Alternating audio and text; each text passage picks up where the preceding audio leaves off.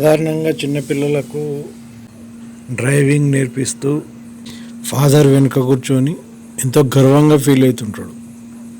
10 ఏండ్లు, 12 ఏండ్లు, 11 ఏండ్లు, 15 ఏండ్ల పిల్లలకు గర్వంగా చెప్పుకుంటారు, మా వాడు బండి తీసుకొని పోతాడు, ఆగనే ఆగడు, ఏం మా వాడైతే అని. ఇప్పుడు అలాంటి వాళ్లకు ఒక అప్డేట్. మైనర్లకు వాహనాలు ఇస్తే తల్లిదండ్రులపై కేసులు. ద్విచక్ర వాహనాలు అంటే బండ్లు, 4 చక్ర వాహనాలు అంటే కార్లు నడిపేందుకు 18 సంవత్సరాలు నిండిన వారికి మాత్రమే అనుమతి ఉంటుంది. మైనర్లకు వాహనం ఇస్తే తల్లిదండ్రులపై కేసు నమోదు చేస్తారు. వారు వాహనాలను నడిపేటప్పుడు ఏదైనా ప్రమాదం జరిగితే ఆ వాహనం ఎవరి పేరున ఉందో వారిపై పోలీసులు కేసు నమోదు చేస్తారు.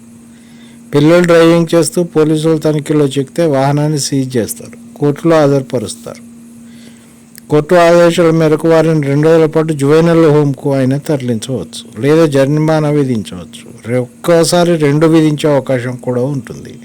తర్వాత తల్లిదండ్రులకు కౌన్సిలింగ్ ఇచ్చి వాహనాన్ని తిరిగి ఇస్తారు. 18 ఏళ్ళు నిండిన వారికి జిల్లా రవాణా శాఖ అధికారులు అన్ని డ్రైవింగ్ పరీక్షలు నిర్వహించి ముందుగా లెర్నింగ్ లైసెన్సు, నెల తర్వాత మళ్ళీ డ్రైవింగ్ పరీక్షలు నిర్వహించి డ్రైవింగ్ లైసెన్స్ జారీ చేస్తారు. అప్పుడు మాత్రమే వాహన డ్రైవింగ్ అర్హత సాధించినట్టు. ఉమ్మడి జిల్లాలో గతేడాది పిల్లల డ్రైవింగ్కి సంబంధించిన తల్లిదండ్రులపై 25 కేసులు నమోదయ్యాయి. అలాగే పోలీసుల తనిఖీలో మైనర్ డ్రైవింగ్ చేస్తూ పట్టుబడిన వారిపై 304 కేసులను నమోదు చేసి 20,100 జరిమానా విధించారు. ఇది సంగతి. సో పిల్లలకు